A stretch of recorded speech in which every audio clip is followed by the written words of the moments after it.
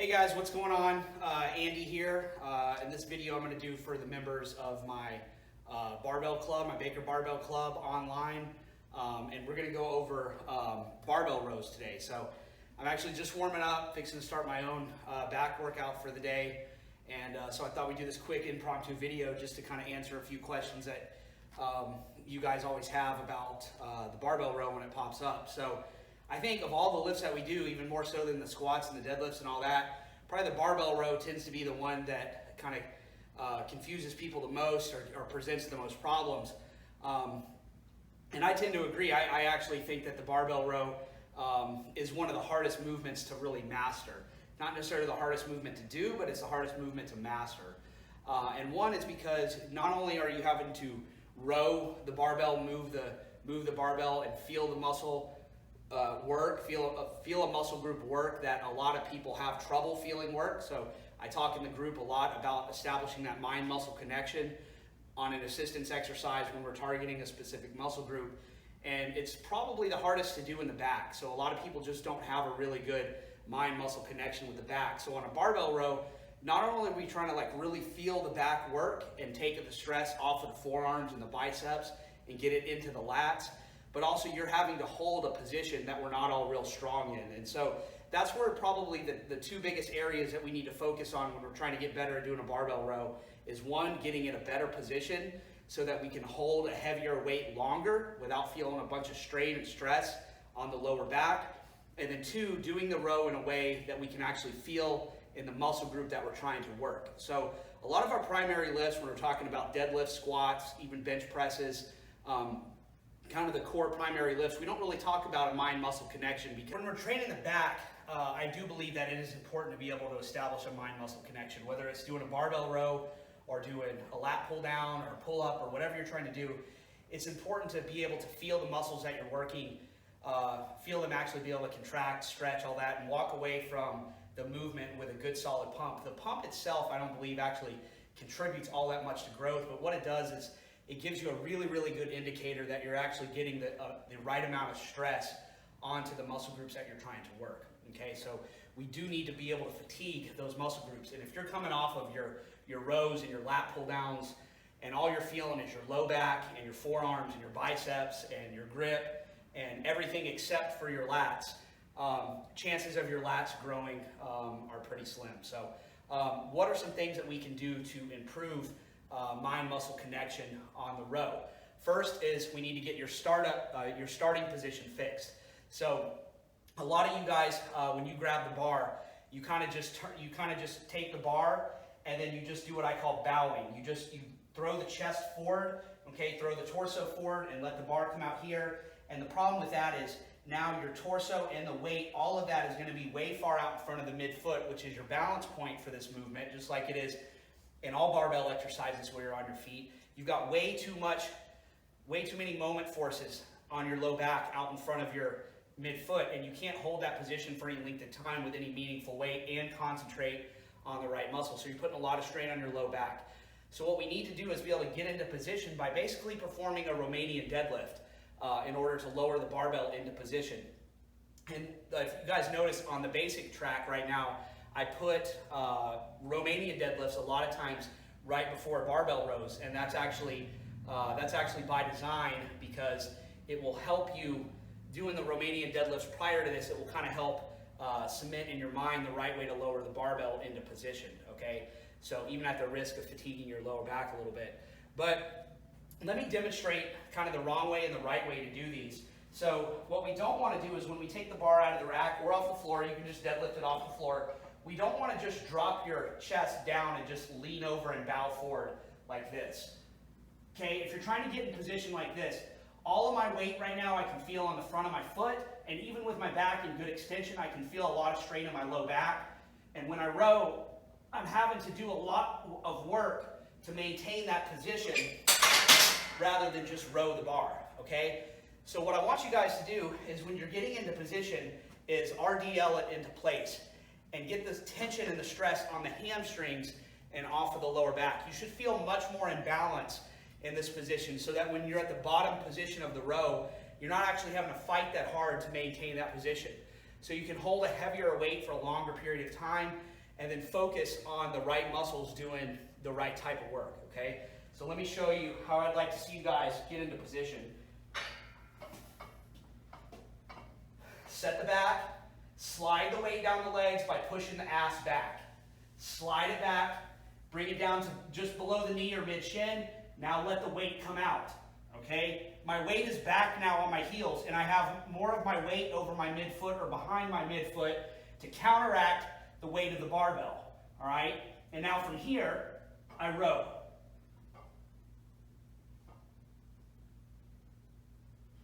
Okay?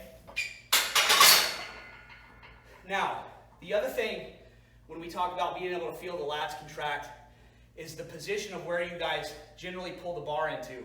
A lot of y'all pull the bar up high, all right?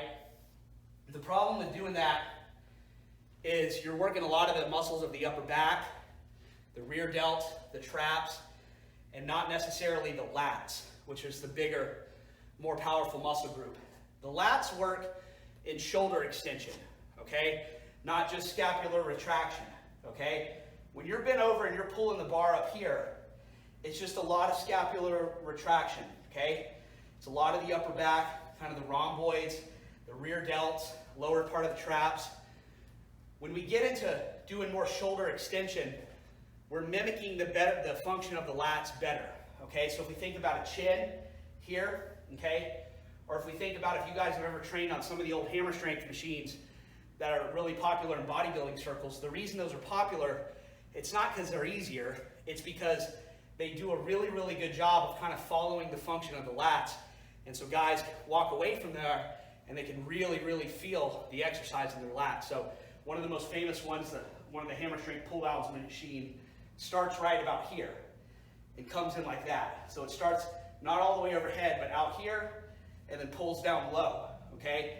That machine is pretty famous for being a staple in a lot of routines, okay? Dorian was actually the guy that kind of made that machine famous. Dorian was a smart bodybuilder. Drugs, genetics, all that stuff aside, he kind of understood a lot about muscle function and how to train a muscle group to make it grow. And what we want to do when we row is kind of mimic the natural function of the lats and get some shoulder extension in there. Okay, so if we look at this here, we kind of want to mimic that when we're here, all right? So it's not just straight up and down. It's not just scapular retraction. It's also shoulder extension. So the weight is going to be more out here. I do it overhand. It's going to be out here and then pulled in low. Out in front and low. Okay, this is kind of exaggerating it. It's not going to swing that far. But even a little bit of working that function of shoulder extension into the movement, you're going to get twice the lat activation. Just by a little bit of letting that weight drift out in front, just a little bit, and then pulling low into the abs. Here is going to be a much better movement than here, okay? It's a subtle difference, but it makes a big difference. If you watch a lot of guys that know how to train their back, if you watch them do dumbbell rows, same thing. When they're down here, they're not just pulling the weight straight up and down. It's out in front and to the hip. Out in front and to the hip. Out in front and to the hip. Why do they do that? Again, they're trying to get shoulder extension in there. You work the lat better when you're following that kind of semicircle rather than just straight up and down. Okay? The same thing happens on like a seated cable row. That's why that machine is popular. You lean forward, it's shoulder extension. Okay? The cable row allows you to lean forward, get the stretch, and then extend. The seated row machine is not just straight back scapular retraction. It's lean forward here. Okay? It's the better way to do rows. So when you guys are doing your barbell rows, I want you to try to think about that. RDL it into place. Get a little bit of that optimal lat function in there with some shoulder extension. Okay, now, a couple more things. One, I want to talk about grip. I would have said a year ago, I would have said do a reverse grip or a double overhand grip. So a supinated grip here or double overhand. I would have said do whichever one you feel most comfortable with. Now, a year after a ruptured bicep tendon, I would say just do a double overhand. I would not do that supinated grip with a heavy barbell row. All right, that's too much kind of dynamic straightening of that bicep tendon. So now, after having undergone that surgery and that long layoff, I'm a little bit more cautious about my recommendation. So I would go double overhand grip. That being said, you guys, you have to use straps. You have to use straps on a barbell row, okay? I wasn't using them here because I'm demonstrating. This is 135, it's not heavy for me.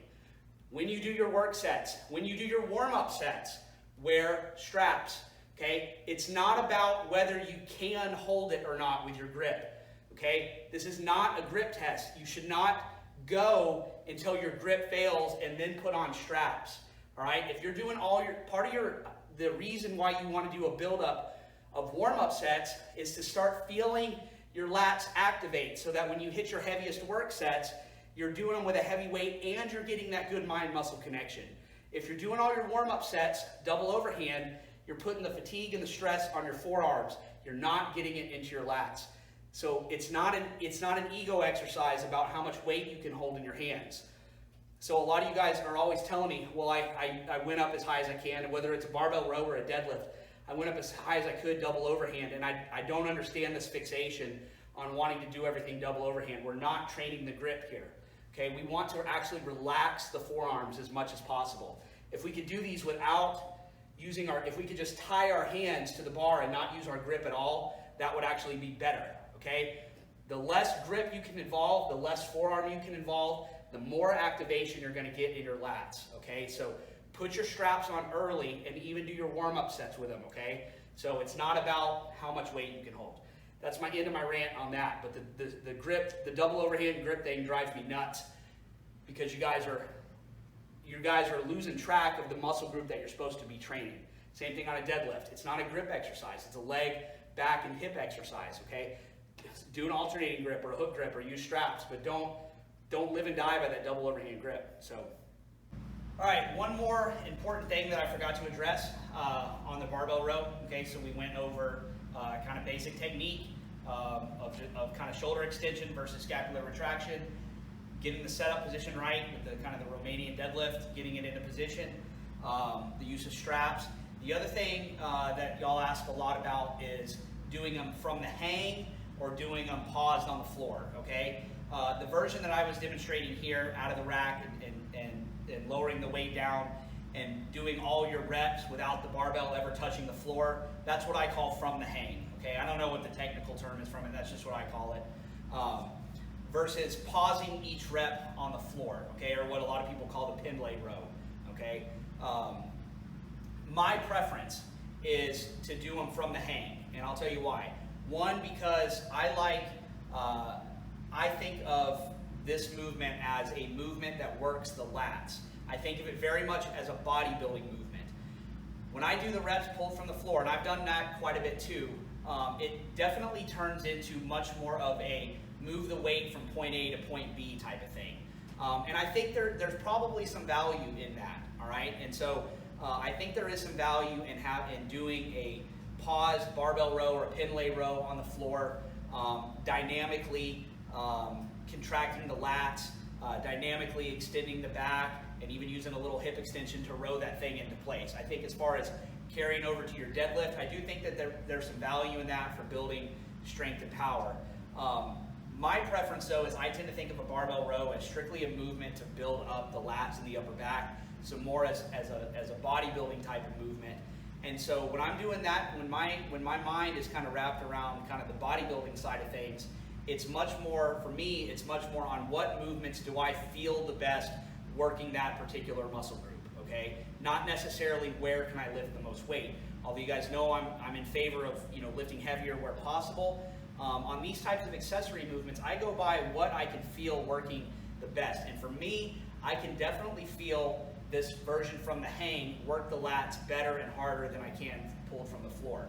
I do believe that that time under tension is important for a muscle to grow. Okay, I believe that the muscle is damaged more, is more heavily fatigued when it's under tension for longer periods of time. When you do this type of movement, when you're lowering that weight down and you're allowing it to go into a deep stretch and rowing it back up, that is continuous tension on that muscle the entire time. It never gets a chance to relax, and I believe there's value to that, okay? I get a much, much bigger pump from doing it this way, okay? And for me, my best growth has always come when I've been getting the best pumps. Okay, so I go by the movements that I can feel the best. If you're doing this and you can't feel it in your lats, you just can't quite get the hang of this, and it just feels like an awkward movement to you, and you're still feeling it in your low back, whatever, but you can feel the version that you pull from the floor better, then do that version, okay? So whichever one you feel the best, that's which one I want you to go with. But for me, in terms of lat activation, the feeling I get in my lats, the shortest pattern and the best growth for me comes from this variation, where that muscle is under tension for longer periods of time. That, and I also feel it in the mid-back and the spinal erectors better. Again, once you lower down and you have to set your back, you have to set your low back in extension and hold that for a set of 8 or 10 or 12 or 15, and you have to hold your back in extension for a prolonged period of time without a rest on the floor. Again, that's more time under tension for the low back. That's a longer, harder isometric contraction, which is kind of like what's happening in the deadlift, right? So that low back on a heavy, slow-moving deadlift is under tension for quite a while. And so if you're going to do paused rows on the floor, you're relaxing when that weight hits the floor, even if for a split second. Okay, so your time under tension there is going to be less. I know the time under tension thing, like people debate, does it have any merit, not, whatever. I don't know. Look, I'm telling you just my experience. I think there's value in both, but that's my reasoning for going with this version. I can feel it better in the lats. I feel it better in the mid back. I feel it better in the low back in a useful way, rather than pausing the weight on a floor, which I tend to get overly concerned with how much weight I'm moving from point A to point B. I tend to use a lot more hip extension.